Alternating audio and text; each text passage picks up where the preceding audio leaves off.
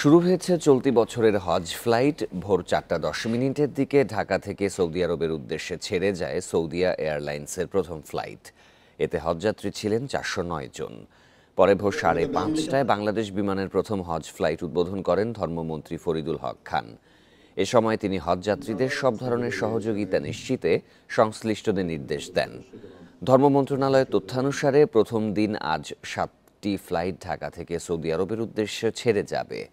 হজযাত্রীদের নিয়ে শেষ ফ্লাইট যাবে 12 জুন। চলতি বছর হজে যাওয়ার জন্য নিবন্ধন করেছেন 83,311 জন।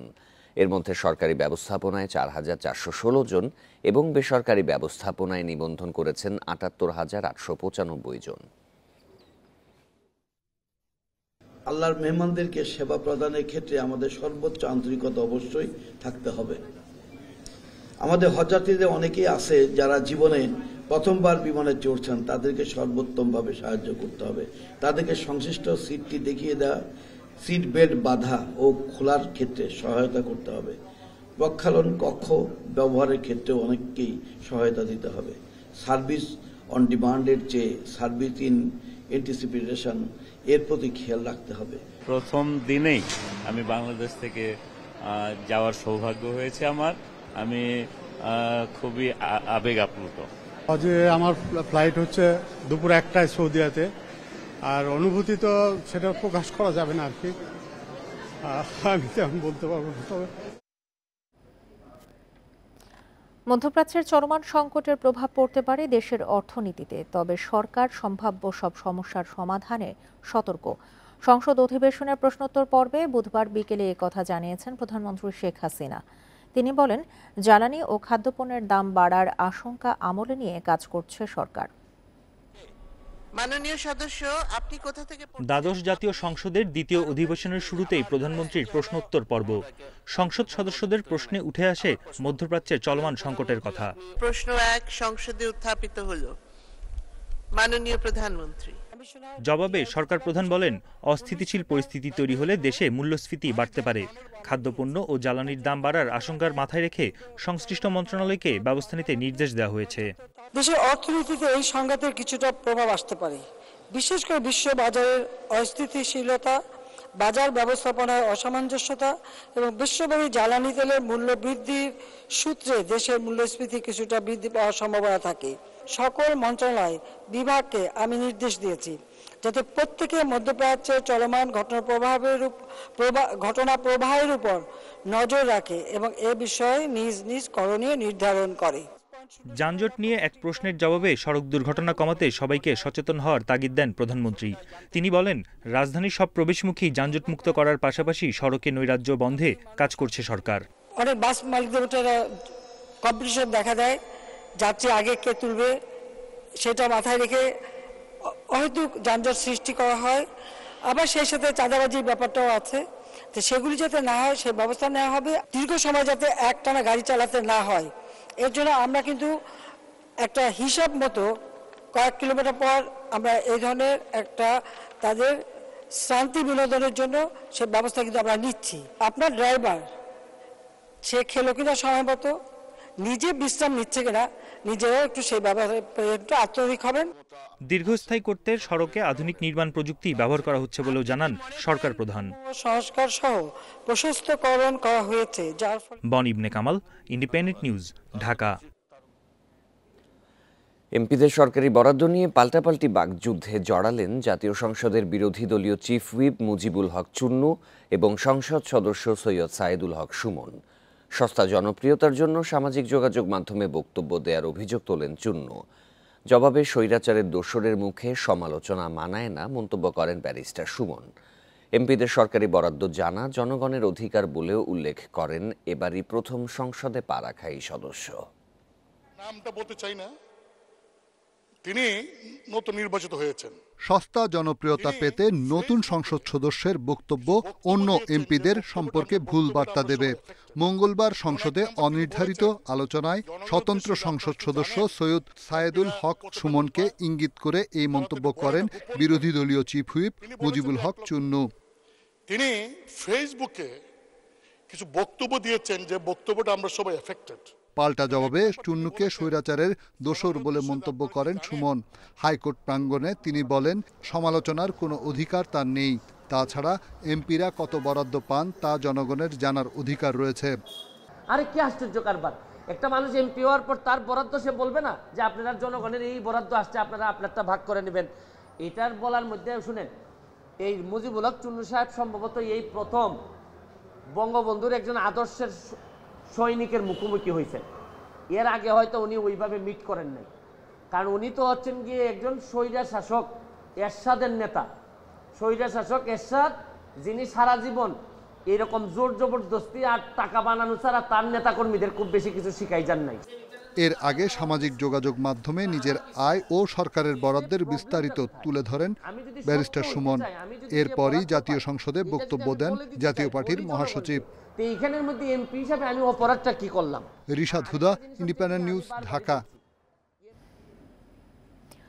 উপজেলা নির্বাচনের প্রথম ধাপে একটিতে ভোটের ফল স্থগিত রাখা হয়েছে। বাকি 138টির মধ্যে 110টিতে চেয়ারম্যান পদে জয় পেয়েছেন আওয়ামী লীগ সমর্থিত প্রার্থীরা। স্বতন্ত্র হিসেবে দাঁড়ানো প্রার্থীদের মধ্যে জয়ী হয়েছেন 19 জন। এছাড়া বিএনপির বহিষ্কৃত 7 জন, জাতীয় পার্টির 1 জন এবং ইসলামী শাসনতন্ত্র আন্দোলনের 1 জন প্রার্থী বিজয়ী হয়েছেন। ষষ্ঠ উপজেলা পরিষদ নির্বাচনের প্রথম ধাপের ভোটগ্রহণ শেষ হয় বুধবার বিকেল 4টায়। রাত 12টার মধ্যে 139টি উপজেলার সবকটিতে বেসরকারিভাবে ফল ঘোষণা করা হয়। ফল ঘোষণার পর উল্লাসে মাতেন জয়ী প্রার্থীর সমর্থকেরা। অনেক জায়গায় বের হয় বিজয় মিছিল। কোনো প্রভাব মুক্ত ছাড়া আমরা শান্তিপূর্ণভাবে ভোট প্রদান করতে পেরেছি। প্রথম ধাপে 22 উপজেলায় ভোট হয়েছে ইভিএমে, বাকিগুলো ব্যালটে। 110টিতে জয়ী হয়েছেন আওয়ামী লীগ সমর্থিত প্রার্থী, স্বতন্ত্র হিসেবে জয় পেয়েছেন 19 জন। এছাড়া বিএনপির বহিষ্কৃত 7, ইসলামী শাসনতন্ত্রের 1 এবং জাতীয় পার্টির 1 জন জয়ী হয়েছেন। নিরপেক্ষ এবং সুষ্ঠু ভোটাধিকার প্রয়োগ করেছেন সকল ভোটাররা এবং নিঃসন্দেহে আশা আকাঙ্ক্ষার প্রতিফলন ঘটেছে। বরিশালবাসী উজ্জীবিত এবং তারা আনন্দিত, উদ্বেলিত। বুধবারের নির্বাচনে চেয়ারম্যান পদে 8 জন প্রার্থী আগেই বিনা ভোটে নির্বাচিত হন। তাপস সরকার, ইন্ডিপেন্ডেন্ট নিউজ। এদিকে শরীয়তপুর ও নীলফামারীতে উপজেলা নির্বাচন পরবর্তী সহিংসতায় অন্তত 28 জন আহত হয়েছে। এর মধ্যে শরীয়তপুরের নড়িয়ায় বিজয়ী প্রার্থীর আনন্দ মিছিলে হামলায় 8 জন আহত হন। পুলিশ ও স্থানীয়রা জানায়, ভোটে মোটরসাইকেল প্রতীক নিয়ে ইসমাইল হক চেয়ারম্যান নির্বাচিত হন। ফল ঘোষণার পর সমর্থকেরা আনন্দ মিছিল বের করলে 2 দফায় বিজিত প্রার্থী মামুন শিকদারের সমর্থকদের সাথে সংঘর্ষ হয়। এতে 2 পক্ষের অন্তত 8 জন আহত হন। ভাঙচুর করা হয় বেশ কয়েকটি বাড়িঘর। এদিকে নীলফামারী ডোমারে নির্বাচনী কন্ট্রোল রুমে হামলা চালায় বিজিত চেয়ারম্যান প্রার্থী তোফায়েল আহমেদের সমর্থকরা। এ সময় কন্ট্রোল রুমে ভাঙচুর ছাড়াও গণমাধ্যম কর্মী ও পুলিশের ওপর হামলা চালায় তারা। আহত হন বিজয়ী চেয়ারম্যান সরকার ফারহানা আখতারের অন্তত 20 সমর্থক। পরিস্থিতি নিয়ন্ত্রণে রাবার বুলেট ছোঁড়ে পুলিশ। এই ঘটনায় 5 জনকে আটক করা হয়েছে।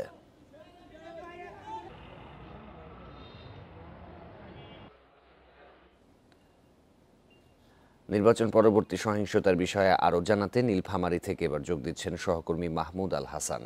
মাহমুদ, সংঘাতের পরে এলাকাটির এখন বর্তমান পরিস্থিতি কেমন দেখা যাচ্ছে? সর্বশেষ কি তথ্য জানতে পেরেছেন যে 5 জনকে আটক করা হয়েছে তাদের ব্যাপারে?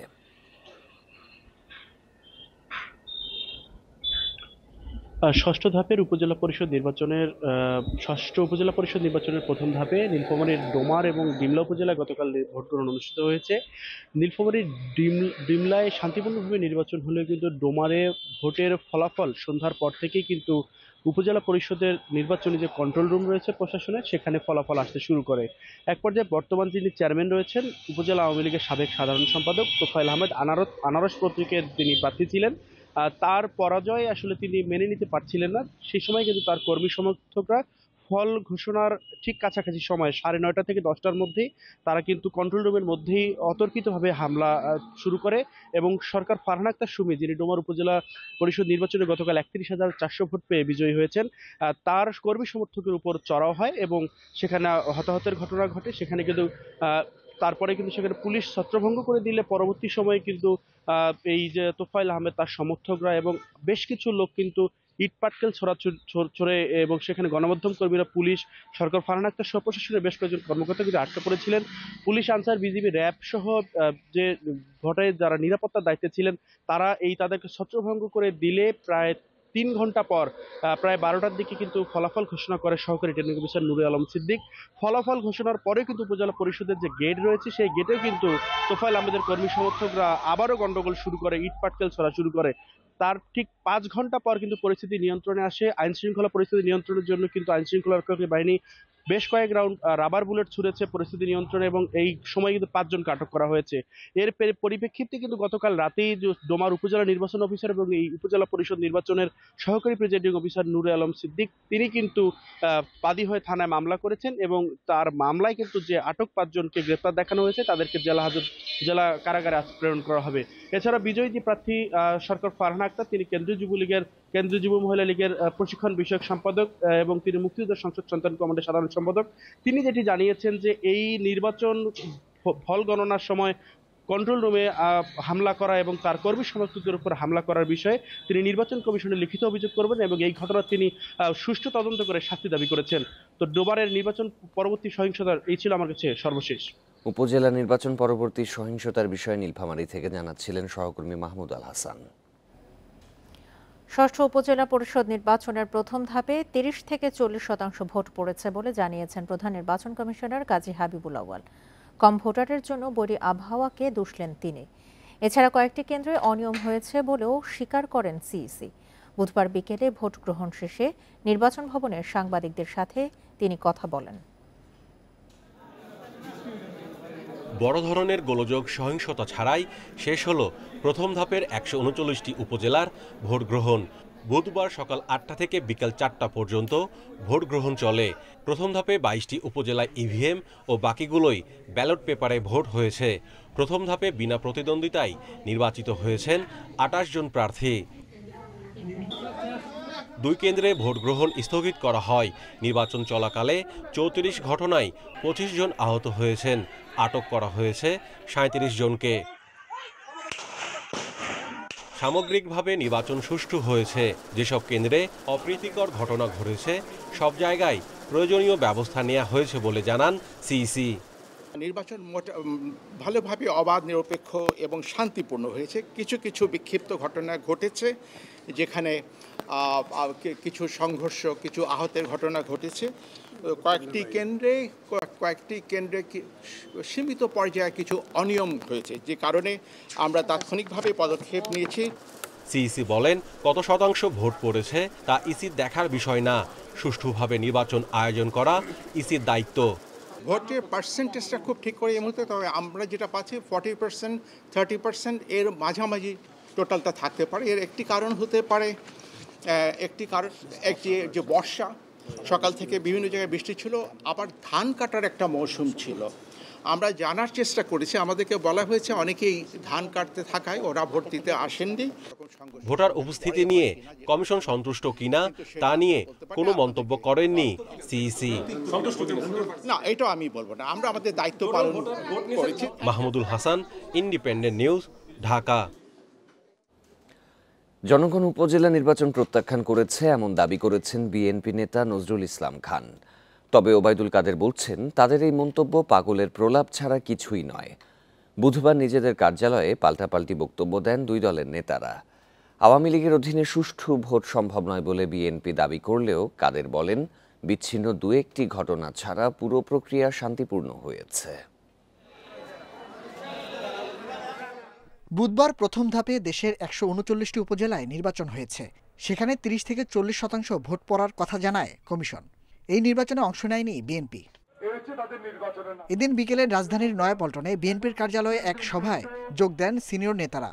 দাবি করেন, আওয়ামী লীগের অধীনে কোনো নির্বাচনই সুষ্ঠু হবে না।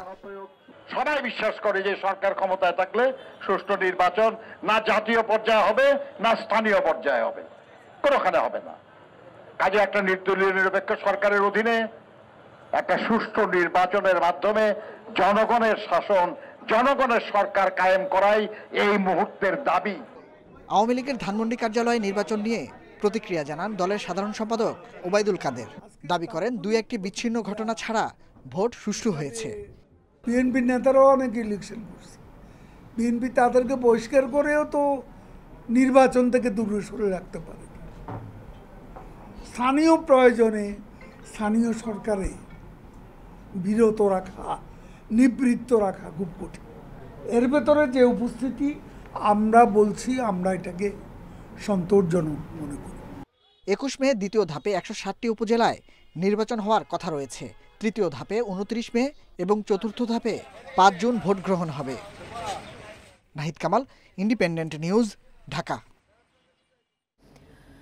যুক্তরাষ্ট্রের সহকারী পররাষ্ট্রমন্ত্রী ডোনাল্ড লুর ঢাকা সফর রাজনৈতিক নয়। বুধবার মন্ত্রণালয়ের সংবাদ সম্মেলনে একথা বলেন পররাষ্ট্রমন্ত্রী।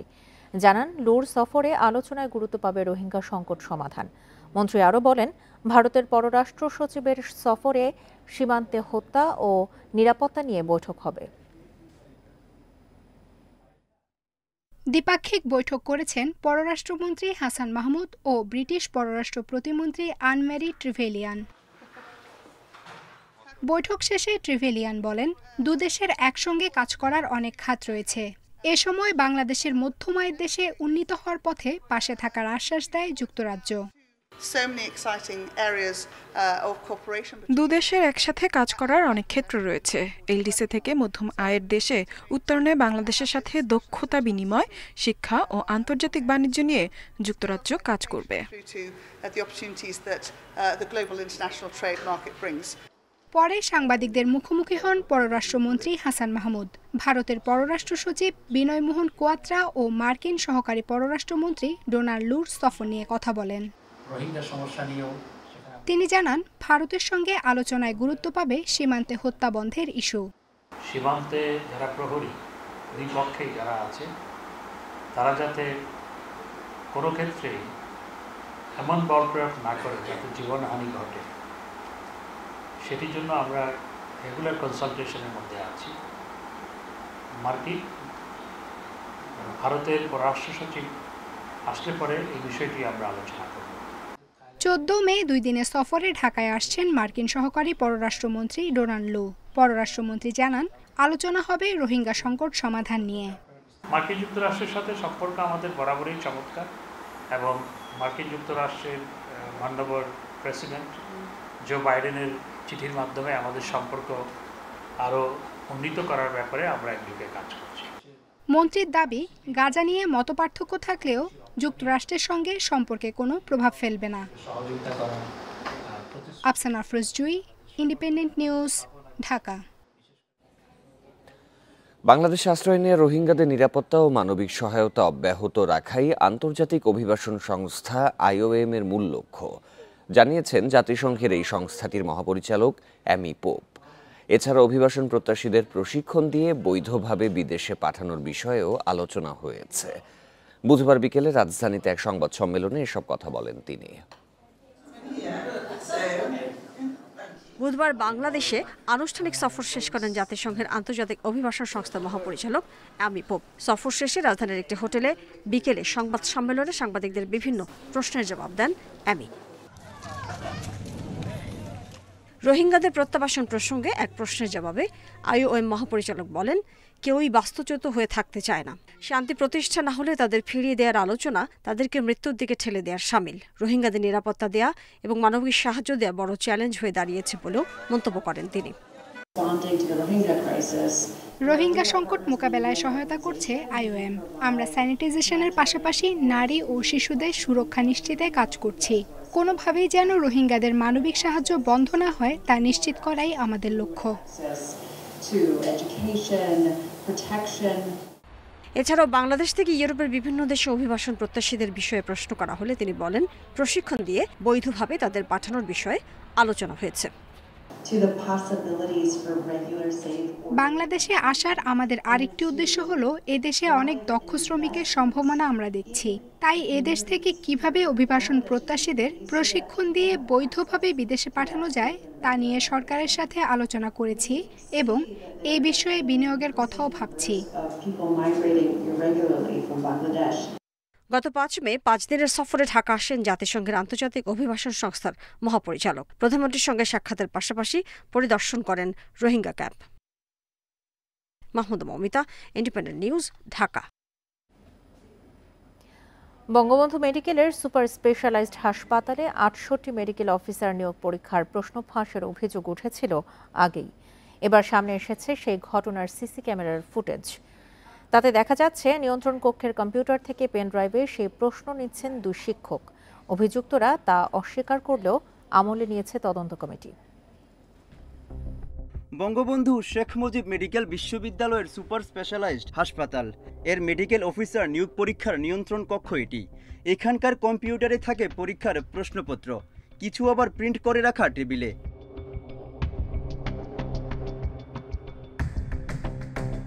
স্পর্শকাতর এই কক্ষে সিসিটিভির ফুটেজে দেখা মিলে ২ বিশ্ববিদ্যালয় শিক্ষকের। একজন কম্পিউটারে বসে থাকা ব্যক্তিটি ফার্মাকোলজি বিভাগের সহযোগী অধ্যাপক জাহিদুল ইসলাম, পাশে দাঁড়ানো কার্ডিওলজির সহযোগী অধ্যাপক ফয়সাল ইবনে কবির। সেখান থেকে পেনড্রাইভে কিছু একটা সরিয়ে নিতে দেখা যায় তাদের। এতে অভিযোগ উঠেছে নিয়োগ পরীক্ষার প্রশ্নপত্র ফাঁস করেছেন তারা। যে ভিডিওতে আমরা যাদেরকে দেখলাম, যে সকল শিক্ষক, তারা তো আসলে প্রশ্নবিদ্ধ, তারা বিতর্কিত এবং তারা বিগত প্রশাসনের লেজুর ভিত্তিতে জড়িত ছিল। এটা আর একটা প্রশ্ন উঠতেই পারে, যে সকল চিকিৎসক তাদের সঙ্গে চলাফেরা করেছে তারা কেউ বাদ পড়ে নাই, এটা কিভাবে সম্ভব হলো? তবে ডাক্তার জাহিদুল ইসলাম বলেছেন পেনড্রাইভে কপি নিয়েছেন বানান সংশোধন করতে। আরেক ডাক্তার ফয়সাল ইবনে কবির নাকচ করেছেন সেই অভিযোগ। পেনড্রাইভটা যখন সাদা ডিসিটাতে দেই, প্রিন্ট আউট বেরোচ্ছে, আমি কিন্তু কিছু কপি করিনি। আপনি খুব ভালো করে খেয়াল করে দেখেন যে প্রিন্ট আউট বেরোচ্ছে, তার মানে যে আমি যে ২০-২৫টা প্রশ্ন তৈরি করছি আমার কলিগকে আমি দিয়েছি, ও প্রুফ রিডিং করবে। সাংবাদিকদের সাথে কথা বলতে হলে অথরিটির অনুমোদন লাগে। আপনার বিরুদ্ধে একটা অভিযোগ আছে যে আপনি প্রশ্নপত্র ফাঁস করেছেন। জি না, অভিযোগ সত্য নয়। কি আপনার কোনো বক্তব্য আছে কিনা? অভিযোগ সত্য নয়। গত বছরের ২০ অক্টোবর হওয়া ৬৮ জন মেডিকেল অফিসার নিয়োগের সেই লিখিত পরীক্ষার প্রশ্নপত্র ফাঁসের অভিযোগ ওঠে। প্রতিবাদে হয় শিক্ষক শিক্ষার্থীদের আন্দোলন। উপাচার্যের কাছে স্মারকলিপি দিলে গঠিত হয় তদন্ত কমিটিও। এছাড়া এই ফুটেজ আমলে নেওয়ার কথাও বলেছেন তদন্ত কমিটির সদস্য অধ্যাপক AK জাহিদ হোসেন ও প্রক্টর হাবিবুর রহমান দুলাল।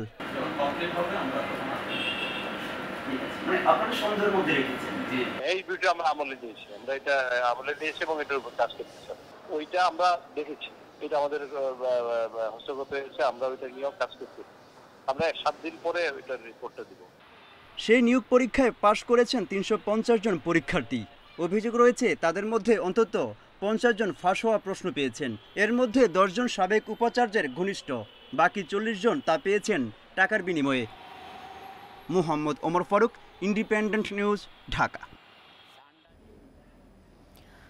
চলতি শিক্ষাবর্ষ থেকে চট্টগ্রাম বিশ্ববিদ্যালয়ে ভর্তি হতে শিক্ষার্থীদের ডোপ টেস্ট বাধ্যতামূলক করেছে কর্তৃপক্ষ।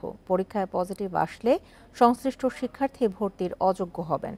সম্প্রতি ভর্তি কমিটির বৈঠকে এই সিদ্ধান্ত নিয়েছে বিশ্ববিদ্যালয় প্রশাসন। এই উদ্যোগকে সাধুবাদ জানালেও অধ্যয়নরত শিক্ষার্থীদের মাদক সংশ্লিষ্টতার বিষয়ে আরও নজরদারির পরামর্শ দিয়েছেন শিক্ষাবিদরা। চট্টগ্রাম বিশ্ববিদ্যালয়ে চলতি শিক্ষাবর্ষে ভর্তি পরীক্ষা শুরু হয়েছে গত ২৮ এপ্রিল। কয়েক ধাপে ভর্তি পরীক্ষা চলবে আগামী ১ মাস। এবার বিভিন্ন অনুষদে আলাদা আলাদা বিষয়ে ৪,৯২৬টি আসনে শিক্ষার্থী ভর্তি হবে। রোববার ভর্তির জন্য মনোনীত সব শিক্ষার্থীর ডোপ টেস্ট নেয়ার সিদ্ধান্ত নিয়েছে এ সংক্রান্ত কমিটি। বিশ্ববিদ্যালয়ের প্রাণরসায়ন ও জেনেটিক ইঞ্জিনিয়ারিং বিভাগের তত্ত্বাবধানে হবে এই ডোপ টেস্ট। প্রাথমিকভাবে প্রস্রাবের নমুনা থেকে ইয়াবা, হেরোইন, মরফিন, গাঁজা, কোকেন, অ্যালকোহল জাতীয় মাদকদ্রব্যের পরীক্ষা করা হবে। এর মাধ্যমে আমরা একটা মেসেজ দিতে আমাদের যুব সমাজে, যে আমাদের যে ইতিমধ্যে আমরা শুনতেছি মাদকে আসক্ত, সেখান থেকে আমরা তাদেরকে আশা করি পর্যায়ক্রমিকভাবে তাদেরকে ফিরিয়ে নিয়ে আসতে পারব। মাদক বিরোধী এই অবস্থানকে ইতিবাচক বলছে শিক্ষাবিদরা। ভর্তি পরীক্ষার বাইরেও বিশ্ববিদ্যালয়ের অধ্যয়নরত শিক্ষার্থীদেরও নির্দিষ্ট সময় পর ডোপ টেস্টের পরামর্শ দিয়েছেন তারা। আমার মনে হয় যথেষ্ট পারদর্শিতা যাদের আছে তাদেরকে এনে তাদের কাছ থেকে এক্সপার্ট নলেজ নিয়ে এটা প্রয়োগ করা উচিত এবং সেক্ষেত্রে ফলপ্রসূ ফলাফল পাওয়া যাবে বলে আমার মনে হয়। ছাত্রাবাসে যেসব শিক্ষার্থীরা আছে তাদেরও আমার মনে হয় যেন নজরদারির মধ্যে রাখা, অথবা তাদের মানসিক সুস্থতার জন্য আমাদের সাইকোলজিস্ট নিয়োগ করা, শিক্ষার্থীরা যাতে মাদক দ্রব্য গ্রহণ থেকে বিরত থাকে। ডোপ টেস্টের ফলাফলের কারণে ভর্তি প্রক্রিয়া যেন দেরি না হয় সে বিষয়ে লক্ষ্য রাখার পরামর্শ দিয়েছেন সংশ্লিষ্টরা। Anupam Sheel, independent news, Chittagong. International air transport association IATA বাংলাদেশের কাছ থেকে প্রায় ৩৫০০ কোটি টাকা পাওনা আছে বলে দাবি করছে, কিন্তু বাংলাদেশ ব্যাংক বলছে এই দাবি ঠিক নয়। এদিকে আয়াটার বকেয়া পরিশোধের অজুহাত দেখিয়ে বিদেশি এয়ারলাইন্সগুলো ক্রমাগত ভাড়া বাড়িয়ে যাচ্ছে। এতে ক্ষতিগ্রস্ত হচ্ছেন আকাশপথের যাত্রীরা। গেল ২৪ এপ্রিল আয়াটা তাদের ওয়েবসাইট ও ফেসবুক পেজে জানায় বাংলাদেশের কাছ থেকে তাদের পাওনা $৩২৩ মিলিয়ন বা ৩৫০০ কোটি টাকা। পাওনা টাকার অজুহাত দেখিয়ে সম্প্রতি বিদেশি এয়ারলাইন্সের ভাড়া বেড়েছে অন্তত ২০ থেকে ৪০ ভাগ। এমনকি সর্বনিম্ন দামের টিকিটও মিলছে না। কম দামের টিকিটগুলো কৌশলে অন্য দেশের ট্যুর অপারেটর কিংবা এজেন্টরা নিয়ে নিচ্ছে। এতে টাকা পাচার হচ্ছে প্রতিবেশী দেশে। 30 থেকে 40% বা তার চেয়েও বেশি টিকিট এখন দেশের বাইরে থেকে হচ্ছে, এবং এই টাকাটা কিন্তু কোনো এজেন্সি বলেন বা কোনো মিডিয়াম্যান বলেন তার কিন্তু রেমিটেন্স করার পারমিশন নাই। অবৈধভাবে তারা কিন্তু এই টাকাটা বাংলাদেশের বাইরে পাঠিয়ে দিচ্ছে। এভিয়েশন বিশেষজ্ঞরা বলছেন ভাড়া বাড়ানোর কারণে সবচেয়ে ক্ষতিগ্রস্ত যাত্রীরা। এয়ারলাইনগুলো এখন তাদের প্রফিট মার্জিনটা একটু বাড়তি রাখছে। এটা আলটিমেটলি আমরা যারা প্যাসেঞ্জার বা আমরা যারা এক্সপোর্টার আমাদের ঘাড়ে আসে পড়ছে এবং আমাদেরকে সেটা বাধ্য হয়ে বহন করতে হচ্ছে। কিন্তু বাংলাদেশ ব্যাংক দাবি করছে আয়াটা ৩২৩ মিলিয়ন নয়, বাংলাদেশের কাছে পাবে মাত্র $৫১ মিলিয়ন, যা বিদেশি এয়ারলাইন্সগুলো নিজ নিজ দেশে নিয়ে যেতে পারবে। এপ্রিলের ২৫ তারিখে সেটা এখন আউটস্ট্যান্ডিং আছে ১৬১ মিলিয়ন। ঠিক আছে, এই অ্যামাউন্টটা তারা পাবে। তার মধ্যে একটি ফরেন ব্যাংকের কাছে আছে ১১০ মিলিয়ন। ওই ব্যাংকের সঙ্গে যারা অ্যাকাউন্ট মেনটেন করেন, এটা কিন্তু ব্যাংক আর তার কাস্টমারের রিলেশনশিপ, এটা বাংলাদেশ ব্যাংকের আসলে কোনো কিছু নেই। তবে পাওনা টাকা নিয়ে বিভ্রান্তি দূর করতে আপাতত কোনো উদ্যোগ নিচ্ছে না বাংলাদেশ ব্যাংক। বিভিন্ন সরকারি থেকে আমরা মনে করি যে তারাই এটা যদি রেজ করে। এভিয়েশন বিশেষজ্ঞরা বলছেন পাওনা টাকার অজুহাত দেখিয়ে টিকিটের দাম যাতে না বাড়ে সে ব্যাপারে সরকারের ব্যবস্থা নেওয়া উচিত। অন্যদিকে মাসের পর মাস টিকিটের টাকা বকেয়া থাকলে দেশের ভাবমূর্তি নষ্ট হতে পারে। আল আমিন হক অহন, ইন্ডিপেন্ডেন্ট নিউজ, ঢাকা। পাবনার মুলাডুলি স্টেশনে বুড়িমারি এক্সপ্রেসের লাইনচ্যুত বগি উদ্ধার করা হয়েছে। ৫ ঘণ্টা পর স্বাভাবিক হয়েছে ঢাকার সাথে উত্তরাঞ্চলের রেল যোগাযোগ।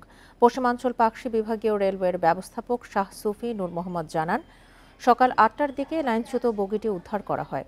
এর আগে রাত ৩টার দিকে লালমনিরহাট থেকে ঢাকাগামী বুড়িমারি এক্সপ্রেসের একটি বগি ঈশ্বরদীর মুলাডুলি স্টেশনের কাছে লাইনচ্যুত হয়। এরপর থেকে ঢাকার সাথে উত্তরাঞ্চলের রেল যোগাযোগ বন্ধ হয়ে যায়। রাতেই ঈশ্বরদী থেকে উদ্ধারকারী ট্রেন ঘটনাস্থলে পৌঁছে কাজ শুরু করে। ঘটনা তদন্তে ৩ সদস্যের কমিটি গঠন করেছে রেল কর্তৃপক্ষ।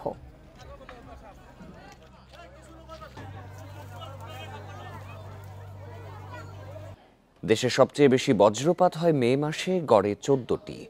এ সময় প্রায় ৩২ লাখ বার দেখা যায় বজ্র বিদ্যুতের ঝলক। আর বেশি ঝুঁকি রাত ৮টা থেকে রাত 10টা পর্যন্ত। অস্ট্রেলিয়ার কার্টিন বিশ্ববিদ্যালয়ের গবেষণা বলছে, বায়ু দূষণ, তাপপ্রবাহ ও উঁচু গাছ কেটে ফেলার প্রভাবেই এই প্রবণতা বাড়ছে। তীব্র তাপপ্রবাহ শেষে স্বস্তির বৃষ্টির সঙ্গে আতঙ্ক হয়ে এসেছে বজ্রপাত। শুধু মের প্রথম সপ্তাহে পূর্বাঞ্চল ও হাওরে প্রাণ যায় অন্তত ২০ জনের। বজ্রপাতে মৃতদের ৭০ ভাগই মাঠে কাজ করা কৃষক, আর গোসল ও মাছ ধরার সময় মৃত্যু হয়েছে ১৩%। দুর্যোগ মন্ত্রণালয়ের তথ্য বলছে, এতে বছরে গড়ে মৃত্যু হয় ২৬৫ জনের। গত ১২ বছরে প্রাণহানি ৩,০০০-এরও বেশি। গবেষকেরা বলছেন, বজ্রপাত বাড়ার বড় কারণ বায়ুদূষণ, বৈশ্বিক উষ্ণতা বৃদ্ধি ও উঁচু গাছ কেটে ফেলা। কোথাও ১ ডিগ্রি উষ্ণতা বাড়লে বজ্রপাত বাড়ে ১২%। বন্যা, ঘূর্ণিঝড় পূর্বাভাস দিয়ে প্রাণহানি কমানো গেলেও বজ্রপাতে সে সুযোগ নেই। মোট বজ্রপাতে ৭০ ভাগই এপ্রিল, মে ও জুনে। ঢাকার যে ডিস্ট্রিক্ট, আশেপাশের ডিস্ট্রিক্ট নরসিংদী, ব্রাহ্মণবাড়িয়া, কিশোরগঞ্জ, সেই এলাকাতে বজ্রপাতে যে মানুষের নিহত হওয়ার সংখ্যা, এটার সাথে বায়ু দূষণ একটা সম্পর্ক আমরা পাইছি। বায়ু দূষণ যেটা করে সেটা হচ্ছে যে আকাশে বায়ু দূষণ তো এক জায়গায় থাকে না। যখনই আপনার এই বাতাস আসে সে তখন চলে যায়, চলে গিয়ে সারাউন্ডিং এরিয়াতে সে হাইড্রোমেটিওলজি, যেটা টপ অ্যাটমসফিয়ারের যে আপনার এই যে আইস ক্রিস্টাল মেঘ যেগুলি থেকে হয় বা শিলাকণা যেগুলি থেকে হয়, ওই যে মাইক্রোফিজিক্যাল প্রসেসেস, এই প্রসেসটাকে সে চেঞ্জ করে ফেলে।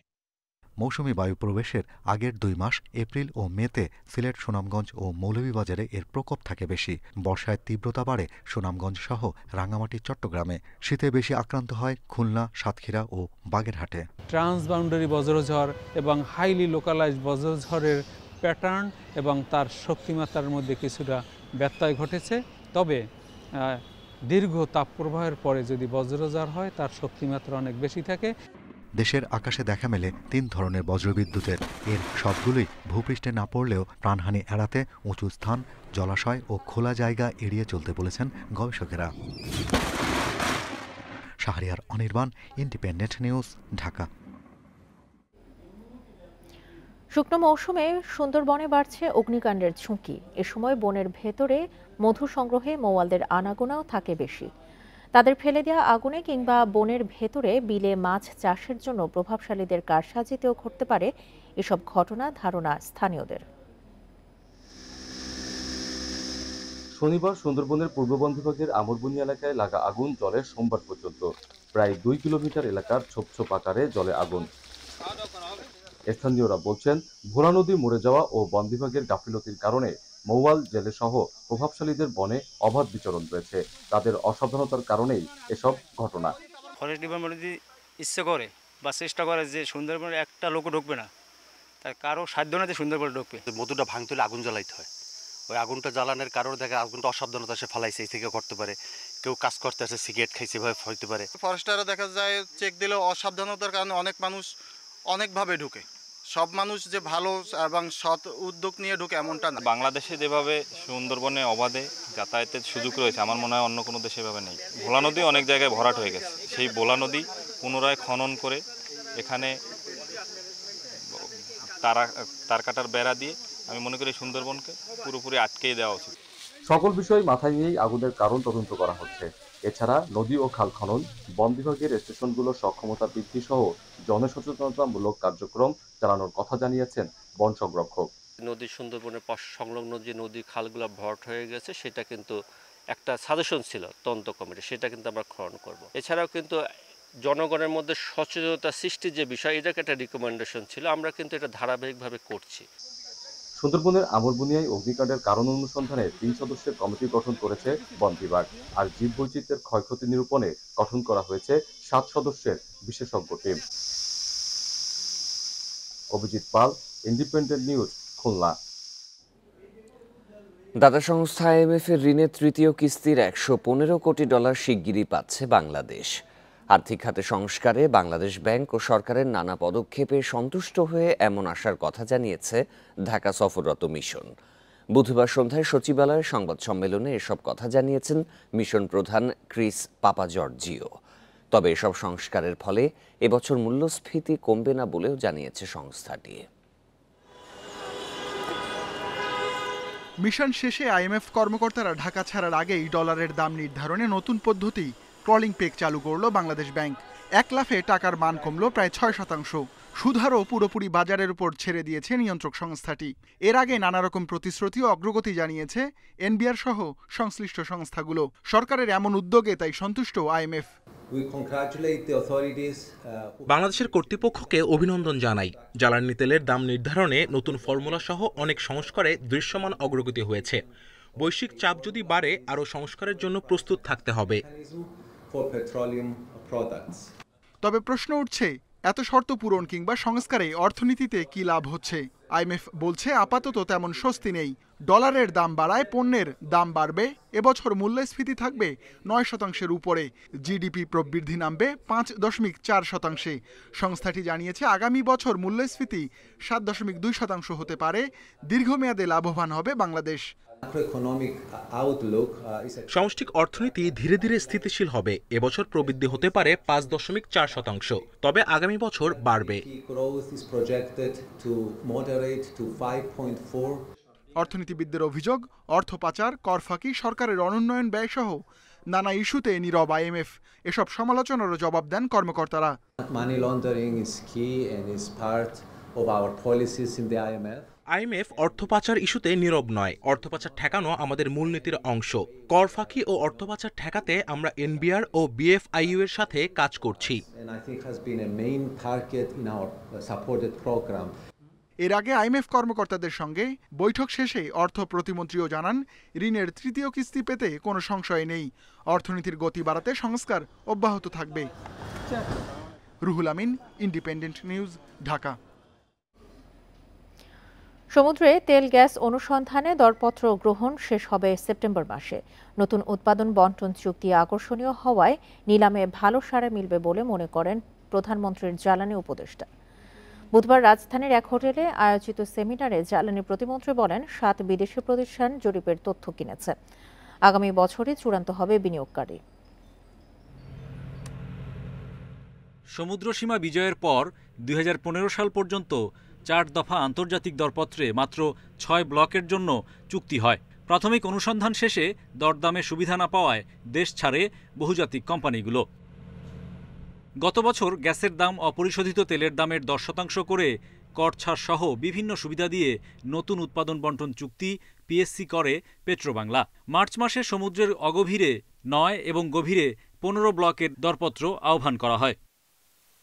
বুধবার নিলামের প্রচারণায় আয়োজিত সেমিনারে অংশ নেয় 11 বিদেশি প্রতিষ্ঠানের প্রতিনিধিরা।